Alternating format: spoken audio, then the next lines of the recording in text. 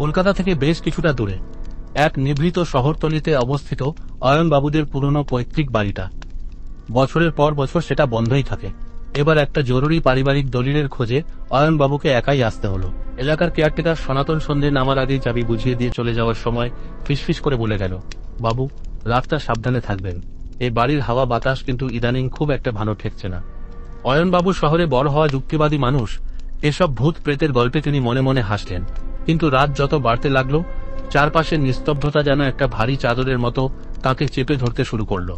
বাইরে তখন ঝুম বৃষ্টি, আর মাঝে মাঝে বিদ্যুতের বারান্দার সেই ছায়া। রাত তখন ঠিক 12টা। লিভিং রুমে বসে অয়নবাবু যখন ফাইলের পাতা উল্টাচ্ছেন, ঠিক তখনই ওপরের তলা থেকে একটা অদ্ভুত শব্দ ভেসে এলো।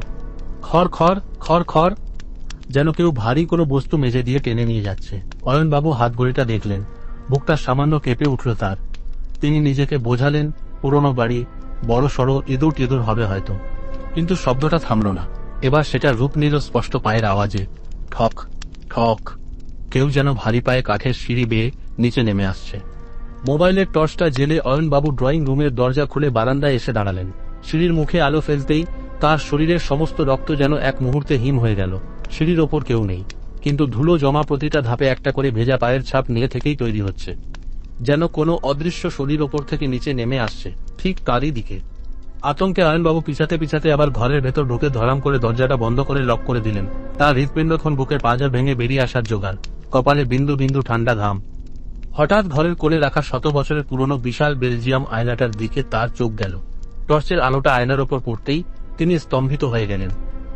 আয়নায় তার নিজের প্রতিবিম্ব তো দেখা যাচ্ছেই, কিন্তু তার ঠিক পেছনে, ঠিক তার কাঁধের ওপর মুখ রেখে দাঁড়িয়ে আছে এক বিভৎস অবয়ব। তার চোখ দুটো কুচকুচে কালো, মণিহীন, আর ঠোঁটের কোণটা অমানসিক চওড়া হয়ে হাসছে। সবচেয়ে ভয়ানক ব্যাপার হলো, অয়নবাবু যখন ভয়ে উন্মত্ত হয়ে পেছনে তাকালেন, পেছনে কেউ ছিল না। ঘরটা সম্পূর্ণ ফাঁকা।